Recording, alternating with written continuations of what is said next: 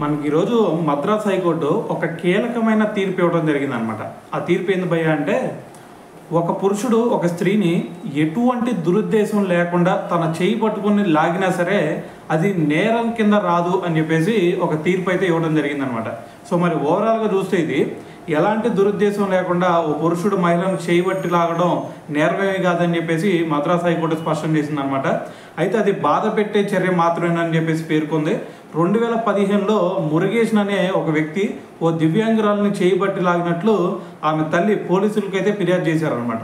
అయితే మరి ఈ కేసును విచారించిన కోర్టు అతడికి ఏకంగా 3 ఏళ్ల జైలు శిక్షను అయితే విధించడం జరిగింది. సో మరి 3 ఏళ్ల జైలు శిక్ష విధించారని చెప్పేసి అతను ఏం చేశాడు, దాని తర్వాత మద్రాస్ హైకోర్టుకి వెళ్ళాడు అనమాట. సో మరి మద్రాస్ హైకోర్టుకి వెళ్తే సో మరి దీనిపై అతను హైకోర్టును ఆశ్రయించగా శిక్షను రద్దు చేస్తూ తీర్పునైతే ఇవ్వడం జరిగిందనమాట. సో మరి ఇదంతా విన్నారు కదా, మరి ఈ కోర్టు తీర్పు గురించి మరి మీరేమనుకుంటున్నారు అనేది కూడా తెలియాలి కదా. సో కింద కామెంట్ చేసేయండి.